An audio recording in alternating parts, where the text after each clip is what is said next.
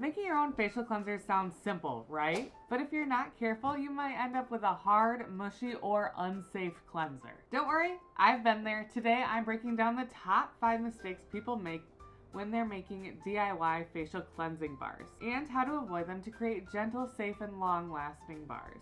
Stick around, because I'll even share the secret swaps I made to make the perfect DIY cleansing bar. And if you want my exact recipe, make sure to check out the cheat sheet I have linked below, our ultimate DIY skincare cheat sheet. It's free. Mistake number 1, using the wrong dilution rate. Essential oils are amazing for skincare, but using too much, that's a big mistake, especially for your face. Facial skin is more sensitive than the rest of your body, which means you need a lower dilution rate for essential oils.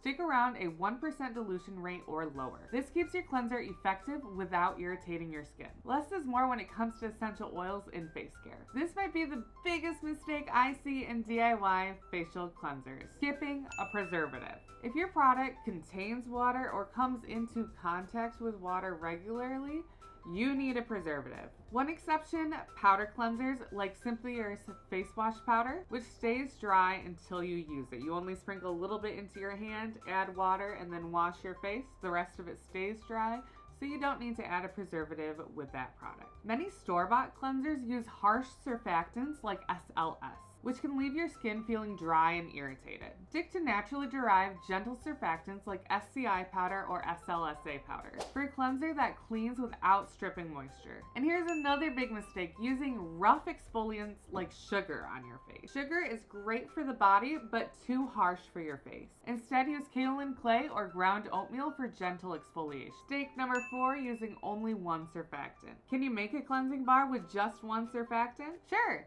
but if you want better lather, gentler cleansing, and more balanced formula, you'll want to use more than one. Surfactants work better together. Think bigger bubbles, richer foam, and happier skin. That's why in my fancy face bar recipe, I use a mix of SCI, SLSA, and foam boost to get the perfect balance. Mistake number 5, the wrong consistency. When I first worked on my cleansing bar recipe, the first couple batches were a disaster. They were mushy and felt super heavy on my skin. So I made 2 key swaps. I replaced cocoa butter with mango butter for a lighter feel, and added cetyl alcohol to get a firmer, longer lasting bar. And let me tell you, the results were amazing. This bar is light, foamy, and gentle, and perfect for your skin. Want my exact fancy face bar recipe? Download the free cheat sheet, it's linked in the description. This guide breaks down every ingredient and measurement so you can make your own facial cleansing bars at home. If you love making your own skincare, check out Simply Earth's recipe box, where we'll deliver recipes and ingredients to your door every month. Let me know, what's your biggest DIY skincare struggle in the comments below. I'd love to help.